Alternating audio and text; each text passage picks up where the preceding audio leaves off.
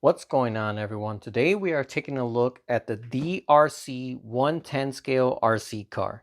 Taking a look at the specs, this has a 45 amp brushless motor with a top speed of 37 miles per hour, two 1500 milliamp batteries for up to 40 minutes of runtime.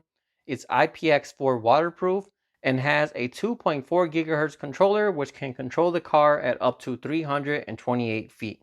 So taking a look inside the box, you have your controller,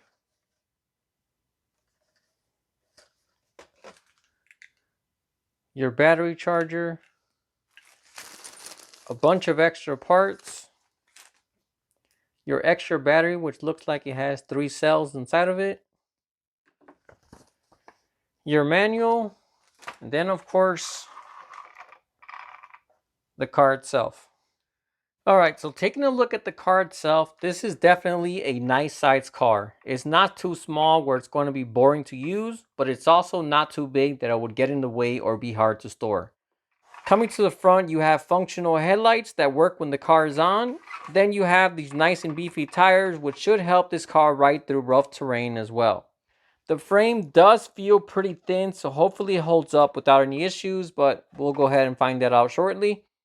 Taking a look at the controller, it's pretty standard where this here turns the car, and then you have a trigger to go forward and backwards. Then up here, you also have these dials where you can adjust the top speed and your steering trim. This is good for beginners because if you want to go the highest speed, you can set that right there to the max. But if you're just learning it and getting the hang of it, you can start it out slower, and gradually, as you get used to it, you go ahead and eventually use that at the max setting. So honestly, I don't know too much about RC cars, and I know this is a serious hobby for some of you, but the last time I played with a car like this, I was probably 10 years old. I have a son now who wanted one of these, so this is the one we picked up, as it looks like it should be a ton of fun thanks to the all-wheel drive and higher speed. So let's go ahead and take this outside and see how it does. Alright, so real quick, we haven't started playing with it yet, but I could feel how much torque this has in my hand. Alright, Eric, go ahead and push the power. Hold it down. Go ahead, hold it down more. Look at that, this thing is just spinning. I could just feel it trying to run out of my hand. Alright, let me go ahead and put it down and give this thing a try. Alright, so this is his first time trying it. He did try RC cars before, but they were much slower ones. This is his first go at a faster car. Like I said, I haven't tried one of these since I was 10 or 11 years old either. So we're both gonna give this a try and see how we do. Alright, go ahead. And the last car I had like this, we used to make it jump over ramps and stuff when I was like 11 years old, I said, but after that, I never really tried a faster car again, so this is going to be a nice little thing to play with. Eric, run it down the driveway over there. Down the driveway? Yep, over, go that way. All right, go ahead. Fast. Go ahead, drive it. Reverse. No.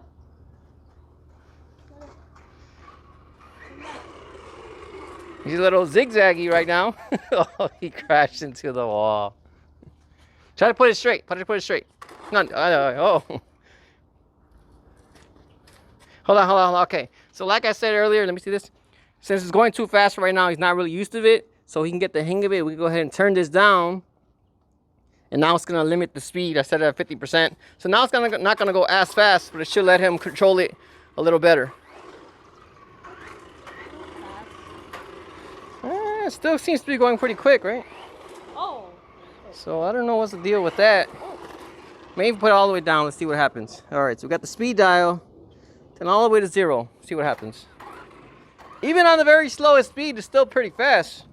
I want to say it's still going at least 13, 14 miles per hour on the slowest speed. But as you can see, he's able to control it a little better. But he needs to learn how to make more miniature turns, so he's not turning as crazy as he is now. All right, run it through the grass.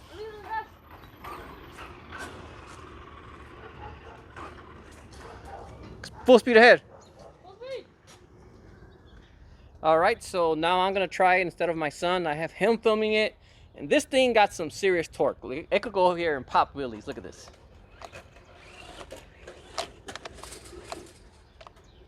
Oh, I got it stuck. Oh, No, not your mom's plants. She's gonna kill me. Oh, it's stuck on your mom's plant. Hold on. That thing is stuck. Alright, so me and my son agreed that we would not be telling his mom about her plant. If she sees this video, we don't know what happened. Oh, we're popping wheelies. Look at this.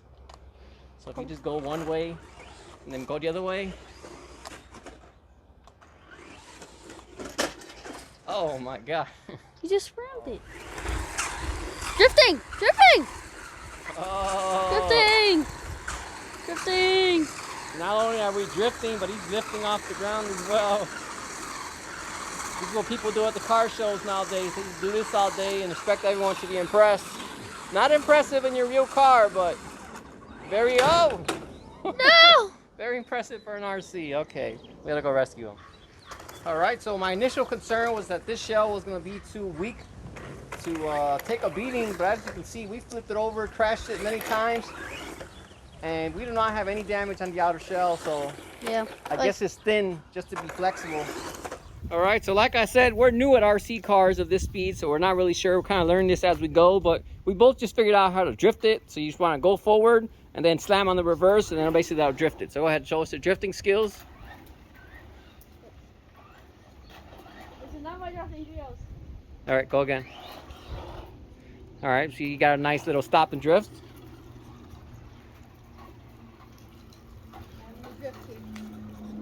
All right, go ahead. See what you got.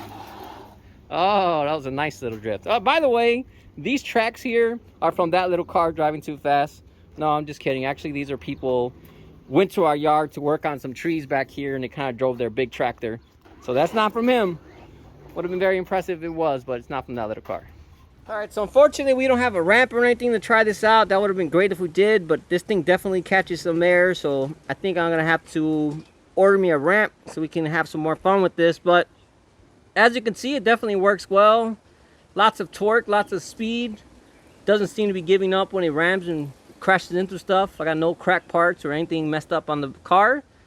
And if something does happen in the future, it does include a bunch of extra parts as well, so that's good. So once again, if you're looking for a good entry-level RC car, this one from DRC is one I definitely recommend.